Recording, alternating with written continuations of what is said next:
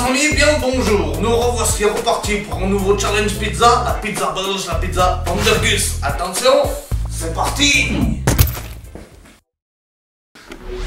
Alors tout d'abord, bienvenue dans la cuisine une fois. Nous allons commencer par la base de la pizza, c'est-à-dire conceptionner nous-mêmes notre propre pâte à pizza.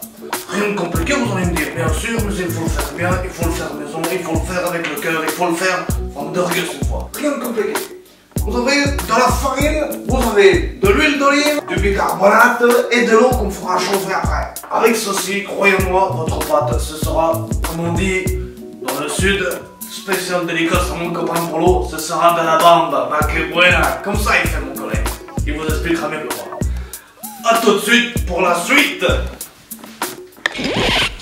Alors, comme je le disais à l'instant, la base de la pâte à pizza, c'est les ingrédients de maison bien préparés. Je vais mettre du bicarbonate là. Une fois, je vais tout mélanger. À la main naturellement, hein. Je mélange sans en mettre trop partout. J'espère que la caméra 2 vous le voyez bien. En tout cas mes doigts, c'est ce que je tripote la pâte comme ceci là. Voici. Je prends le blender une fois. J'enlève ceci. Je le pose là. Je prends ceci, je le pose là. Je pose ça, je pose ceci. Ça fait beaucoup de choses. Hein. La cuisine c'est ça, c'est là tout le métier, la passion, vous voyez. C'est qu'il faut pousser, rebouger, repousser, refaire. Mais c'est ce qu'on aime, bien sûr. Alors, dans mon pétrisseur à pâte à pizza, je verse la farine. Voilà, il faut essayer d'en mettre un minimum à côté, parce qu'après, c'est Rebecca qui va faire le nettoyage. N'est-ce pas, Rebecca? Oui, bon, j'aime pas bien quand je dis ça, mais en attendant, c'est pas moi qui le fais. Hein. Je vais pas la payer à rien de foutre, celle-ci. L'huile d'olive. Hop. Je reviens avec l'eau chaude. Je verse dans mon récipient, une fois. Voici, j'en mets donc un peu partout. C'est tout le bordel là, ça a été acheté ou ça chez Ikea. C'est de la merde. Voici donc, je prends une petite spatule. Je viens racler les bords du récipient pour remettre tout au même endroit. Bon, la pâte est un peu sèche ma foi, je vais vite remouiller tout ça avec de l'eau chaude. Oh ben j'ai plus d'eau chaude. Eh ben zut alors, tiens. Nous allons repétrir mécaniquement cette fois-ci un peu plus fort. Oula, c'est trop fort. Trop fort. Un peu moins fort. Cette fois-ci, nous sommes tout à fait prêts à pétrir la pâte à la main. Alors, nous voici donc à l'étape du pétrissage manuel de la pâte à pizza. Nous allons donc fariner notre plante de travail. Alors pour ceci, vous prenez de la farine une fois comme ceci là. Je sais pas si caméra 2 on voit bien. Oui c'est bon je pense. Hein. Caméra 1 je suis là, coucou c'est moi. C'est vraiment que c'est. Alors nous prenons donc de la farine. Hein. Faire une grosse boule et la pétrir à la main.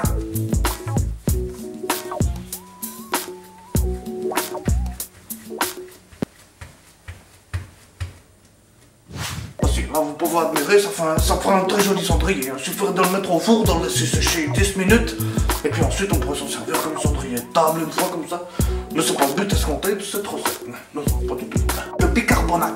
Le bicarbonate pour remplacer la levure, parce qu'on n'avait pas les fonds avec le studio, on voulait faire la recette, mais on n'avait pas d'argent pour la levure. Ça coûtait bien trop cher une fois. Donc on a pris le bicarbonate. Et sur la recette que j'ai trouvée sur la recette que j'ai écrite, moi, chef Vandergus, j'ai voulu faire sans levure, et donc avec le bicarbonate, il n'y a pas besoin de faire monter la pâte. Il n'y a pas besoin, voilà. Donc voici, nous avons une pâte qui commence à être vraiment super jolie. Hein. Là, elle ne colle pas, elle est élastique, allez, elle est superbe. Alors là, cette fois-ci, je vais la laisser au chaud, je vais la laisser un peu en boule. On va la mettre de côté pour la suite de la recette. Tout de suite, je vous reprends. Alors nous voici donc sur la pâte à pizza. Là, c'est le moment d'étaler, de travailler de façon professionnelle à la main avec le rouleau pâtissier.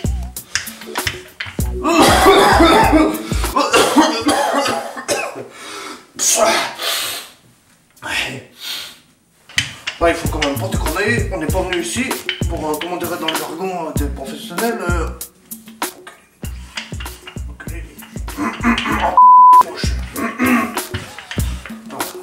ça c'est vraiment de la belle pâte. Hein. Pas un air de ressemblance. Non, pas vraiment.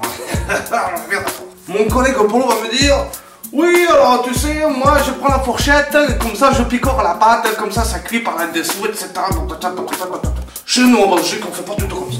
Chez nous en Belgique, on ne perfore pas la pâte, ce serait sacrifier le produit, ce serait nous faire quelque chose dont on ne serait pas content du tout. Vous aimeriez, vous, qu'on fasse picorer votre pain comme ça avec une fourchette? Je ne pense pas, bien sûr, évidemment que non. Alors, évidemment, nous sommes en Belgique. Et qui dit Belgique dit bière belge. Alors la bière belge, c'est quelque chose qu'il faut surtout pas oublier.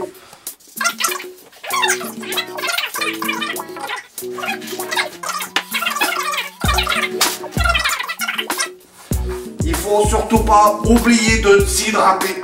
Sentez à vous et surtout n'oubliez pas de vous hydrater. Ah oui, effectivement, je sentais bien que j'avais soif là. Hein. Donc je continue de taler la pâte.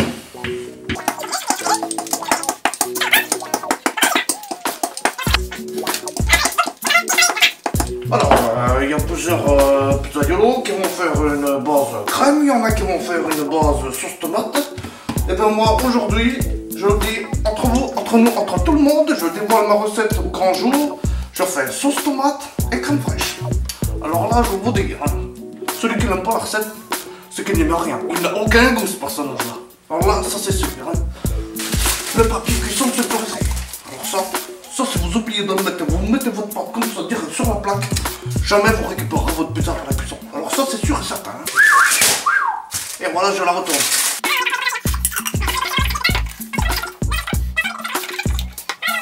Tenez, regardez. Nous allons prendre une grosse pelle. Vous savez, c'est les grosses pelles pour la souplette. Voilà. Alors là, on mélange, on mélange, on mélange. Comme dirait mon collègue Polo, on mélange, on mélange. Il est con celui-là. Voici. Nous avons donc étalé notre base. Alors le grand verdict. Nous allons mettre de l'asperge. Et ensuite des petits champignons. Voilà. Et donc, nous allons étaler tout ça. Il faut pas avoir peur d'en mettre, hein. Si on veut que ça ait du goût, eh ben il faut en donner. Hein. Ça, c'est pour les dessins. Il faut le mélange. Alors moi, j'aime bien mettre l'asperge comme ça, si. C'est moi le meilleur. Hein. C'est écrit dessus, Jean-Paul Van Der Kiss. Alors là, je vais te dire, celui qui viendra dire le contraire, ben va savoir un beau coup de bâton de nez. Il va falloir mettre le dernier ingrédient, si je peux dire l'avant-dernier même, c'est le comté. Le comté français. Alors chez nous, on en fait du comté bien meilleur, mais on n'a pas le droit d'appeler ça comté. On va dire que c'est de l'emmental, c'est pareil, hein, c'est exactement la même chose. Hein. Alors de façon professionnelle et délicate, comme d'habitude.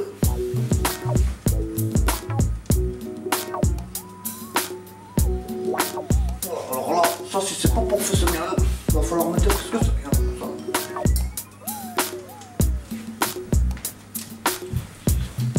Voilà, il faut pas en mettre de trop. Hein. Oh, 700 à 800 grammes par part de pizza, c'est bien assez, oui. Là, nous sommes fin après. Bien sûr, aussi quelque chose qu'il faut pas oublier, c'est s'hydrater comme d'habitude. On en a parlé au début de la vidéo, il faut ouvrir une bière.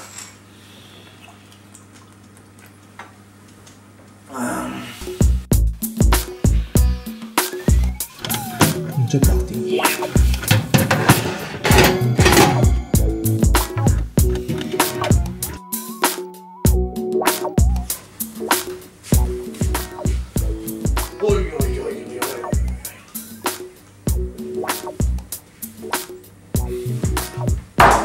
Dites donc, Laetitia, il y a un peu de ménage à faire. Hein.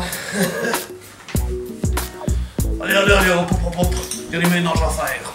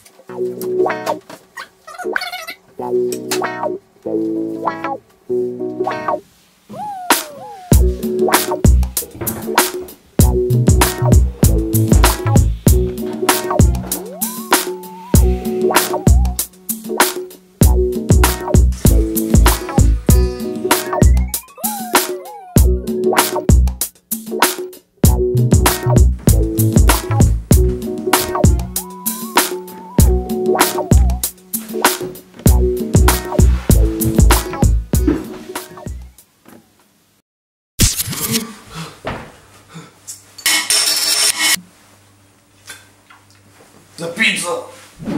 Aïe, aïe, aïe, aïe, aïe.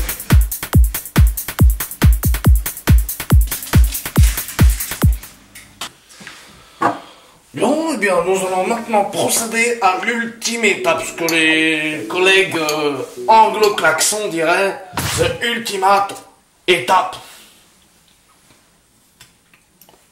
Finir votre dernière bière. Et nous allons procéder à la mise en place du haddock fumé. Sans ça, la pizza serait complètement loupée. Alors, professionnellement, voilà. Oui, j'avais oublié un ingrédient. Il faut pas oublier de remettre une dernière goutte de crème. Mais attention, juste une petite goutte. Et voilà, c'est ainsi que se termine notre challenge pizza pour la pizza belge, la pizza Vandergus, la pizza parfaite.